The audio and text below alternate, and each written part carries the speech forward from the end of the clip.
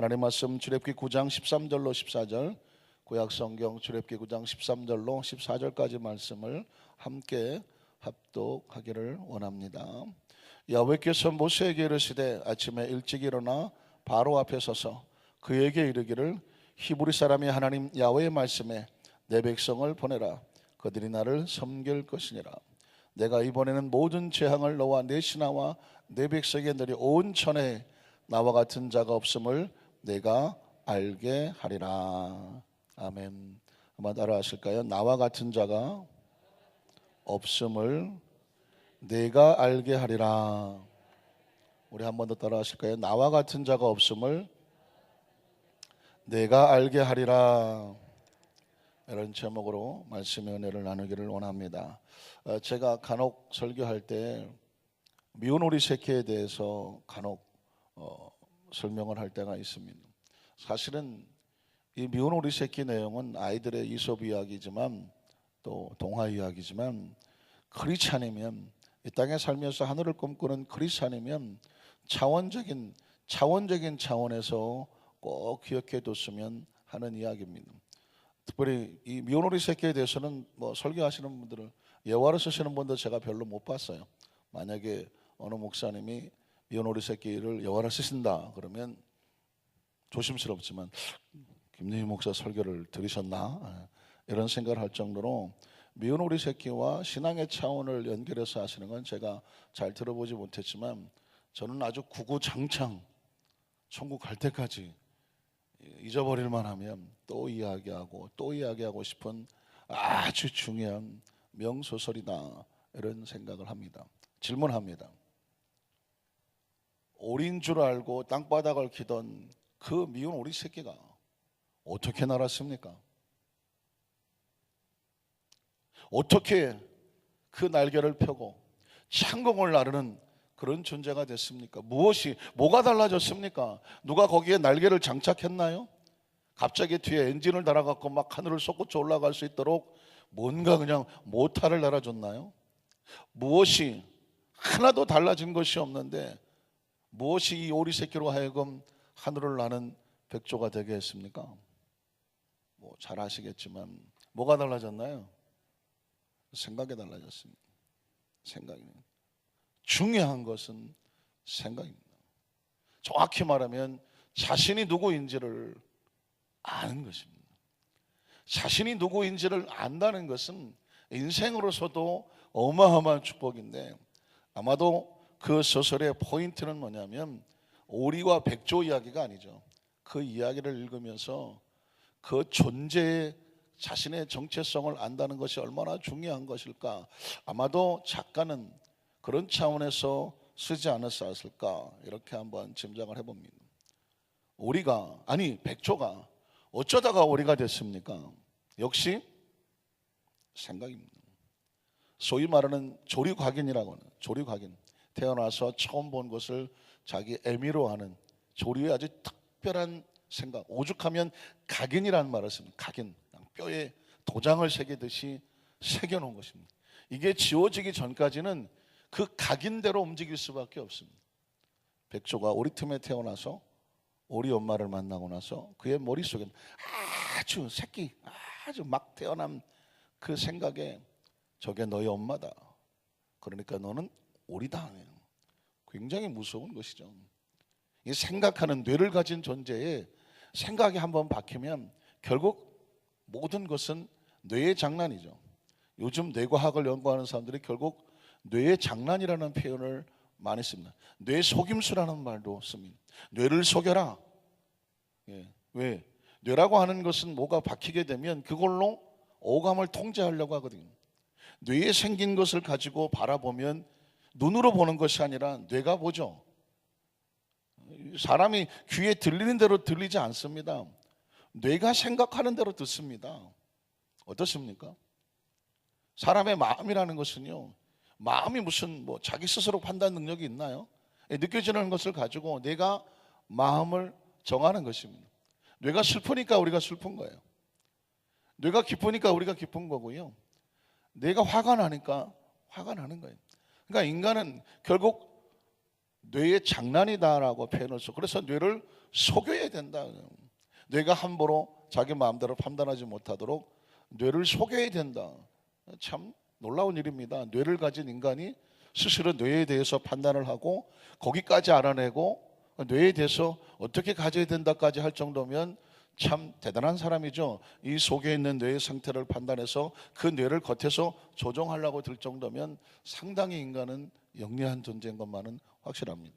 어쨌든 간에 생명을 가진, 특별히 이 미혼오리 새끼 속에서 그 뇌 속에 새긴 각인이라고 하는 것, 조류만 갖는 거기 때문에 조류각인이라고 말하죠. 이 조류가 갖는 각인 때문에 멀쩡한 맥조 새끼가 자신이 오리인 줄 알고 합니다. 생각이, 뇌가 오리라고 생각을 하니까 이 엄청난 날개를 가지고도 어떻게 쓸 줄을 모릅니다. 아니, 감히 언감생심 이걸 놀리지를 못합니다.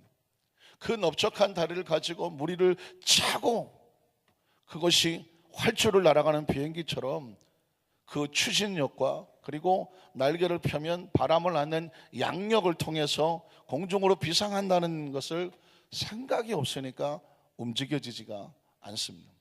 모든 기능을 가지고 있어도 생각이 안 되면 움직여지지 않더라는 것입니다. 그런데 어떻게 날랐느냐고요. 어떻게 그 모든 것을 사용할 수 있도록 무엇이 그를 변화시켰냐고요. 생각이죠. 백조를 만나고 수면에 비춰진 자신의 모습, 셀프 이미지네이션, 자화상. 내가 이제껏 바라보던 저 오리의 새끼가 아니라 이곳에 마음껏 창공을 나르는 백조의 모습을 하고 있는 자신의 모습, 셀프 이미지네이션, 자화상을 발견하고 나서 내가 백조구나 라는 인식이 들어오니까 갑자기 움직이죠. 이 날개가 퍼덕거리기 시작하죠. 그리고 갑자기 물 위로 솟구치죠. 오리는 이 발을 물 위로 솟구치지 못합니다. 물 속에서 해야죠. 이게 솟구치죠. 그리고 이 발이 물 위를 차기 시작을 하죠. 그리고 달리기 시작하죠. 생애 처음으로 달리죠. 추진력이 생기고 날개는 본능적으로 피게 되죠. 백조라는 생각이 들어오니까 날개가 본능으로 펴지죠. 그러니까 바람을 안게 되죠. 양력이 생기죠. 뜨게 되죠. 그 다음에 창공을 치고 올라가게 되죠. 아니 밑에서 기나 위에서 나르나 새가 새지 다릅니까? 다르죠. 평생을 나르지 못하는 오리는 땅바닥을 기죠. 시궁창에서 미꾸라지나 찾아먹고 다니죠. 그리고 물 위로 올라오면 이거밖에 안 되죠. 뒤뚱뒤뚱밖에. 그러나 백조는 다르죠. 공중을 차고 오르기 때문에 날개만 펴면 어느 곳이든지 자기가 원하는 것을 갈 수가 있죠. 이걸 뭐라고 말하면 차원이라고 말해요. 땅을 기는 차원과 하늘을 나는 차원하고는 얘기가 다르죠. 파워는 어디서 나오냐? 내가 누구인가 아니에요. 새만 그렇지 않습니다. 사람도 그렇죠. 여러분 혹시 기억하십니까? 일본이 패망하고 전적으로 항복을 하고 난 다음에도 저 정글에서 30년을 숨어 살았던 미국이 항복하지 않기 위해서 정글에 숨어 살았던 30년을 숨어 살았던 일본의 한 병사가 있었습니다. 30년 만에 발견을 합니다. 그들은 공포와 두려움에서 거의 동굴에 사로잡히다 해서 나오게 됩니다. 반항하고 나오고 거부하고 나옵니다. 왜 그랬을까요? 지금 전쟁이 끝난 지 30년이 되고 일본은 전후 새롭게 복구가 돼서 엄청나게 발전이 되어 있고 전혀 새로운 세계가 되어 있지만 동굴에 처박혀서 아직도 전쟁 중인 줄을 알고 아직도 자기는 그 병사인 줄을 알고 일본이 전쟁에 지게 되면 자기가 항복하지 않기 위해서 동굴에 숨어 살았던 사람은 뭐가 달라서 왜 그를 동굴에 처박아 놓고 30년이 지난데도 못 나오게 할까요? 아직도 전쟁 중이구나. 난 일본군 병사구나. 나가면 죽는구나. 그러니까 여기서 숨어서 살아야 되는구나. 사람이나 동물이나 뇌를 가지고 있는 존재들은요, 그 생각에 의해서 움직여지는 것입니다. 그가 나와서 일본이 비록 패망하고 항복했지만 그 전후 여러 가지 모든 것을 복구하고 눈부시게 발전을 해서 새로운 세상이 되었다는 것을 뒤늦게 깨달았을 때 지나간 30년은 얼마나 허망할까요? 그러니까 인생일은 그렇게 사는 거예요. 그러니 이 모든 것을 알고 계시는 하나님께서 신앙적으로 우리에게 예수 그리스도를 보내주시고, 아니 예수님을 보내주시기 전에 성경을 통해서 모세의 율법, 선지자들의 선지자글, 그 다음에 계시록, 묵시록, 이런 것들은 전부 구약을 얘기하는 것입니다. 그리고 예수님이 오셔서 우리에게 새로운 복음을 선포하셨던 이 모든 주제는 뭐냐? 하나님입니다. 아니, 우리 차원에서 말하면 이 성경을 통해서 제일 먼저 우리에게 닿을 것은 뭐냐면 나는 누구인가를 성경을 통해서 발견하게 되는 거예요.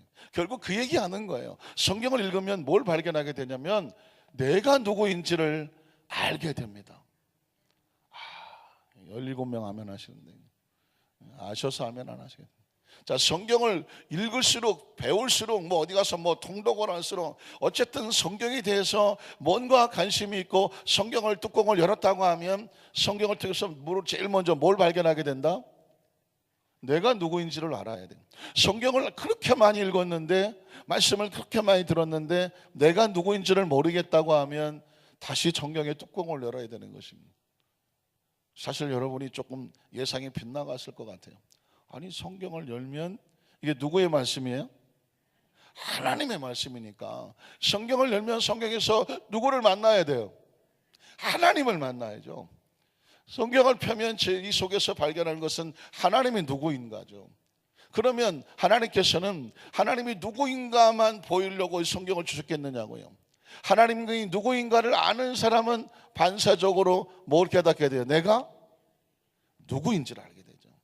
결국 성경은 하나님의 말씀인데, 말씀을 듣는다, 말씀을 읽는다, 말씀을 공부한다, 말씀을 큐티한다, 말씀을 묵상한다, 말씀을 암송한다. 그 말씀의 이 모든 주제는 뭐냐면 하나님이 누구인지를 발견하게 되고, 하나님이 누구인지를 왜 알아야 되느냐? 하나님이 누구인지를 알게 되면 자동적으로, 아니 반드시 따라오는 것은 뭐냐면 나와 하나님과의 관계를 알기 때문에 내가 누구인지를 알아야 돼. 그러니까 신앙은 딱 두 가지 목적이에요. 성경은 하나님이 누구인지를 알고, 아하, 그러니까 눈이 새롭게 떠져서 그동안 나한테 박혀있던 이 각인들이 떨어져 나가고 난 이런 존재인 줄 알았는데 하나님의 존재를 알게 되고 하나님과 나와의 관계를 알게 되니까 난 이런 존재네. 새로운 차원이 생겨나게 되면서 하나님을 통해서 세상을 새로운 차원으로 살아가게 되는 그 삶의 이야기가 바로 성경을 통해서 한 사람 한 사람 갖게 되는 나의 스토리, 마이 스토리, 내 이야기가 되는 거예요. 이것이 나의 간증이고 이것이 나의 고백이 되는 것입니다. 믿으십니까? 이 두 가지를 정확하게 알지 못하면 신앙은 힘이 없어요. 하나님을 모르면 힘이 없고 자신이 누구인지를 모르면 신앙은 고달픈 거예요. 그러나 하나님이 누구인지를 알고 하나님을 통해서 내가 누구인지를 정확히 알게 되면 우린 더 이상 오리가 아니죠. 하늘을, 아니 이 3차원을 벗어나서 4차원을 날아갈 수 있는 차원이 다른 하늘나라 백성이 되는 줄로 믿습니다. 그래서 당당하는 거예요. 그래서 세상 사람은 섞어놔도 예수 믿는 사람은 다른 거예요.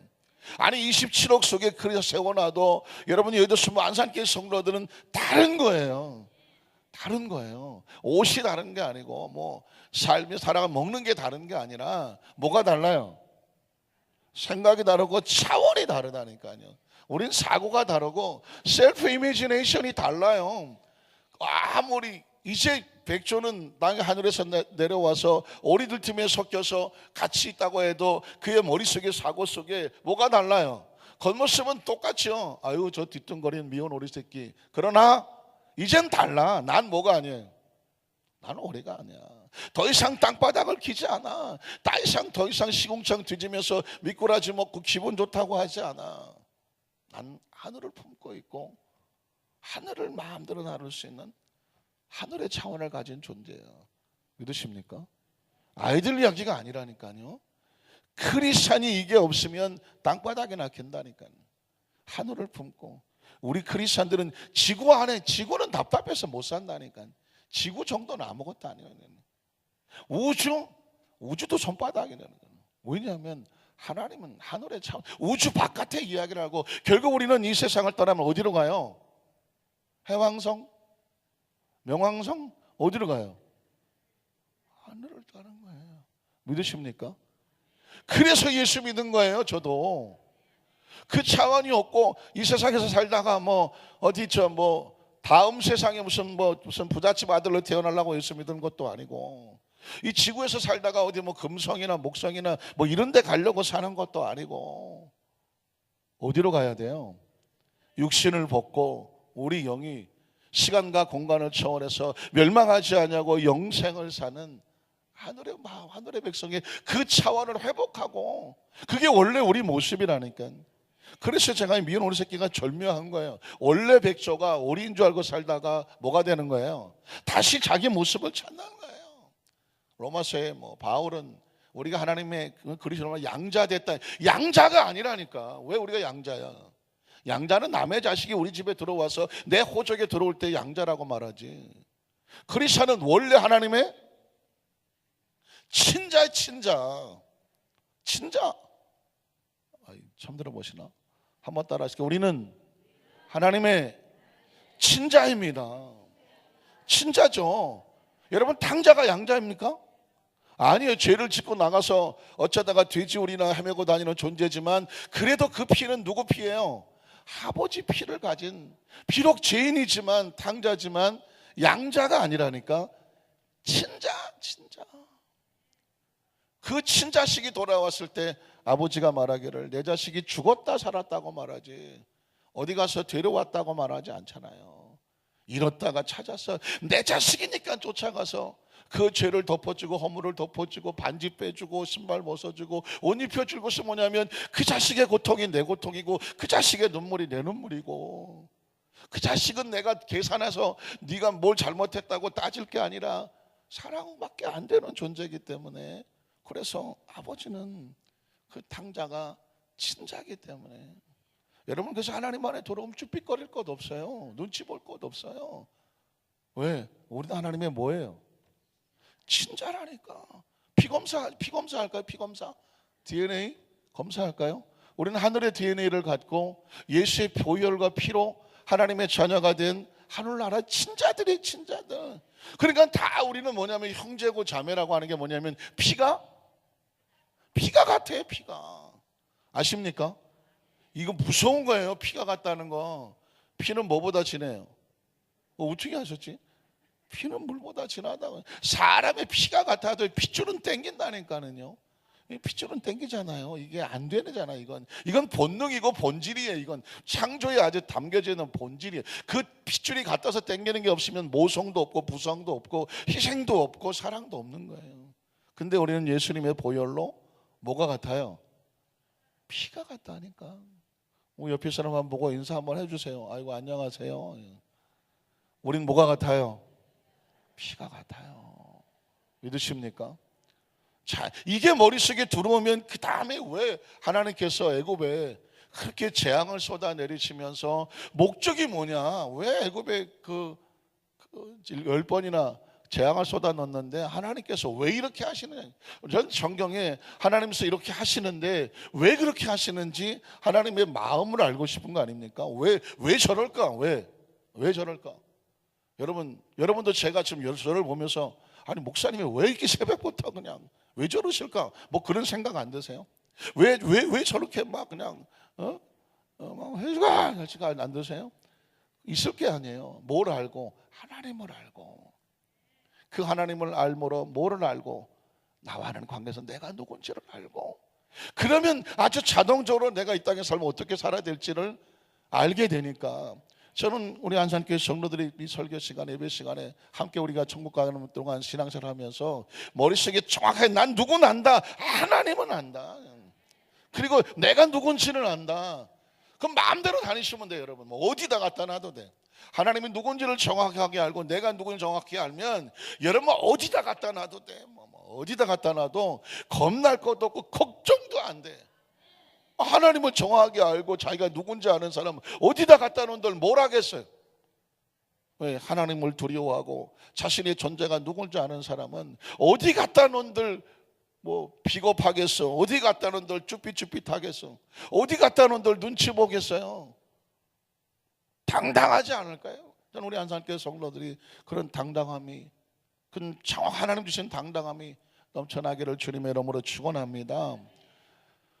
아이고, 목사님이 또 언제 설교를 끝내시려고 저러시나 하는데, 사실 설교 다 한 거죠. 왜냐하면 그 재앙 속에서 하나님이 끊임없이 외치고 하고 있는 얘기가 뭐냐면, 내가 누구인지를 나는 드러내기를 원하는, 성경에서 하나님의 마음이 절박해.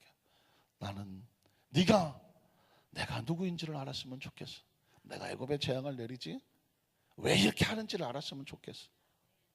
세상이 알고 대백성이 알았으면 좋겠어.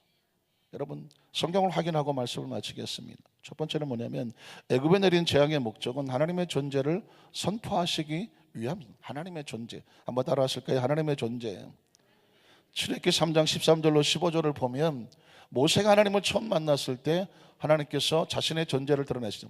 모세가 하나님께 아뢰되 내가 이스라엘 자손에게 가서 이르기를 너희 조상이 하나님이 나를 너에게 보내셨다고 하면 그들이 내게 묻지 않겠습니까?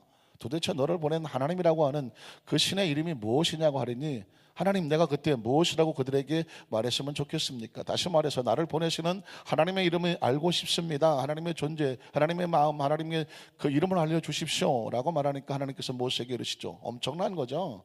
나는 스스로 있는 자다. 또 이르시되, 하나님이 너는 이스라엘 자손에 이같이 가서 이르기를 스스로 있는 자가 나를 너희에게 보내셨다 하라.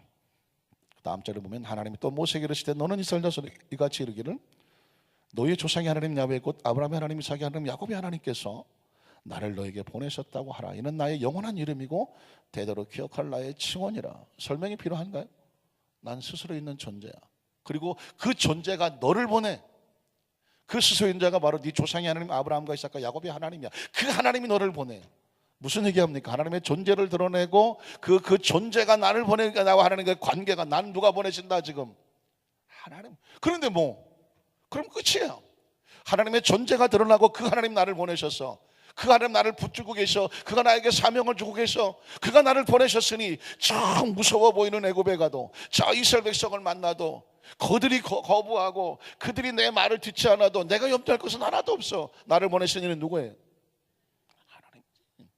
이 두 가지만 있으면 어디 갖다 놓아도 지금 내 혼자 고아와 같이 방황하고 이거 유리하는 자가 아니야. 난 하나님이 나를 보내셔서 날 여기다 갖다 놓았어. 그의 목적과 이유가 있어. 돼도 하나님의 뜻이고 안 돼도 하나님의 뜻이야. 난 하나님께 그렇지, 지금 눈앞에 벌어지는 현상으로 인해서 안 되는 것 때문에 절망하고 되는 것 때문에 희덕거리지 않아. 왜? 하나님께서 나를 보내셔서 안 되는 환경도 만나게 하고 또 되는 환경도 만나게 해. 그러나 이 모든 배후에는 누가 있어요? 하나님의 섭리와 목적이 있어. 그냥 하나님 아는 곳에 내가 그곳이 가라고 하면 가고 순종하면 되는 거예요. 그게 바로 하나님을 알고 자신을 아는 사람의 이야기.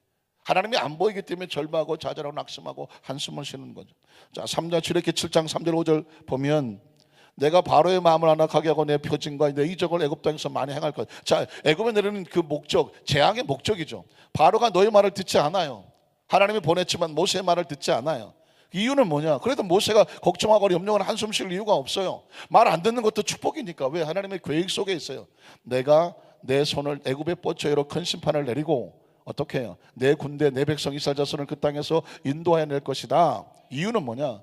내가 내 손을 애굽 위에 펴서 이스라엘 자손을 그 땅에서 인도하여 낼 때에야 애굽 사람이 나를 누군 줄 알아요? 하나님인 줄 알아요. 지금 이게 잘 돼도 그 배후의 목적은 하나님의 존재를 드러내는 거고, 이게 잘 안 돼. 잘 안 돼도 할렐루야. 왜 그럴까요? 이 안 되는 상황 속에서도 하나님께서 자신의 존재를 드러낼 기회로 삼으시는 거예요. 그러니까 지금 이게 잘 되고 안 되고의 주제, 가치와 정의는 뭐냐면, 내 생각대로 된다고 해서 잘 되는 게 아니라 이 상황 속에서 하나님의 존재가 드러나는 게 목적이에요. 믿으십니까? 저와 여러분의 인생이 등 따시고 배부른 게 축복이 아니라 그 절묘한 계곡을 왔다 갔다 하는 것 같지만, 올라가도 하나님의 존재가 드러나고 내려간 하나님의 존재가 드러내서 결국은 너희가 내가 누구인 줄 알리라.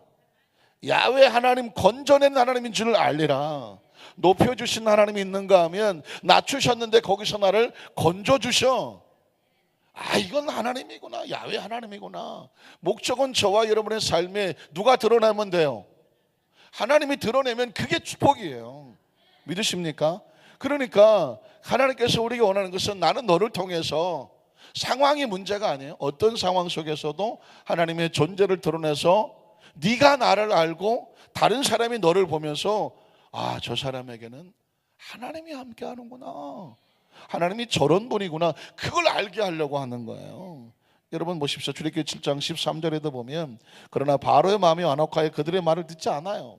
자, 얼마나 황당하겠습니까? 모세 입장에서 뭐 황당한 거예요. 40년 아니 80년 연단 받고 가서 딱 하나님 나를 보내셨다고 해서 빠르게 선포했는데 기껏 하고 돌아왔더니 바로는 꿈쩍도 하지 않아요. 그러니 뭐 그렇게 하나님 일을 하는 모세가 마음은 얼마나 마음 아프겠어요. 또 이스라엘 백성들이 와서 막 항의해요.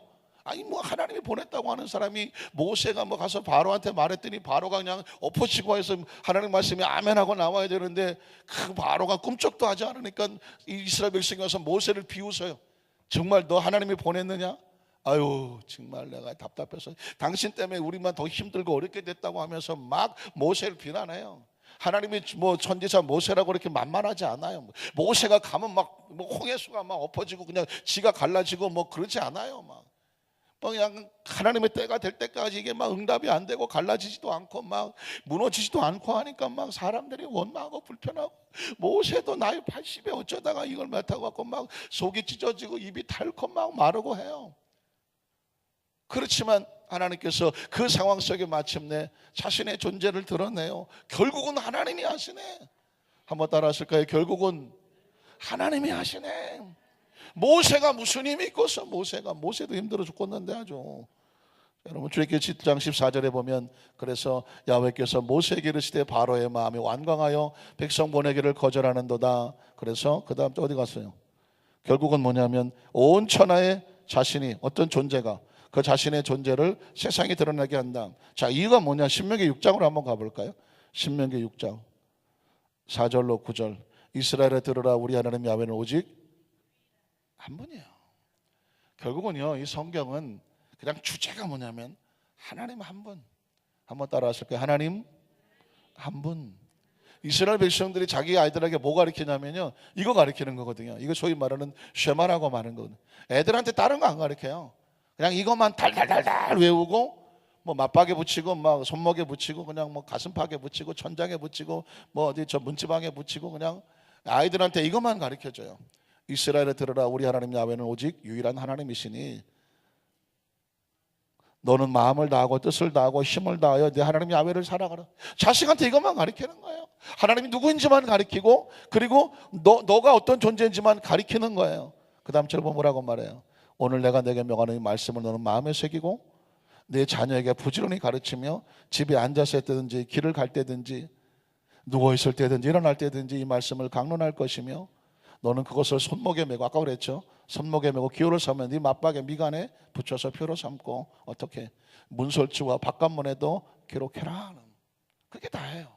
그러면 그 자식이 어디 가서 뭘 하든지 하나님을 알고 자신이 누군지를 아니까 그 사람은 하나님의 축복의 통로가 될 수밖에 없습니다.